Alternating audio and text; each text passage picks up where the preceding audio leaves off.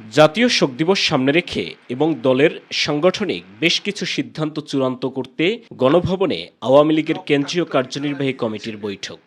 বাংলাদেশ আওয়ামী লীগের সভাপতি হিসেবে সূচনা বক্তব্য রাখেন দলের সভাপতি প্রধানমন্ত্রী শেখ হাসিনা। সরকারকে পদত্যাগ করতে হবে বিএনপির এমন এক দফা দাবির বিষয়ে প্রশ্ন রাখেন প্রধানমন্ত্রী। ক্ষমতায় বসে ক্ষমতার উচ্ছিষ্ট বিলিয়ে যে দলটি গঠন করেছিল সেটাই আজকের বিএনপি। আমরা দেখলাম তারা অনেক বড় বড় কথা বলে। এক দফা আন্দোলন কি, আওয়ামী লীগকে ক্ষমতাচ্যুত করতে হবে আর আমাদেরকে পদত্যাগ করতে হবে। আমার প্রশ্ন, জাতির কাছে প্রশ্ন, কি অপরাধ আমাদের?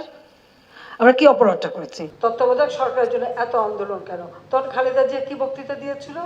আমি প্রশ্ন করি, আমাদের বিএনপির যে নেতা সারাদিন ৩-৪ জন মাইক লাগায় কথা বলে যাচ্ছে, তাদেরকে প্রশ্ন, তখন খালেদা জিয়া বলেছিল পাগল আর শিশু ছাড়া কেউ নিরপেক্ষ নাই।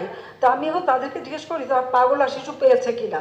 দুর্নীতিবাজ, সন্ত্রাসী, জঙ্গিবাদ, মানুষ হত্যাকারী, গ্রেনেড হামলাকারী, 10 টাকা অস্ত্র চোরাকারী, এই বিএনপির থেকে দেশবাসী সাবধান। আন্তর্জাতিক শক্তি পায়, কোন শক্তিটা আছে সেটাই আমরা জানতে চাই। কোনো শক্তি নাই তাদের সাথে, লুটেরাদের সাথে কেউ থাকে না।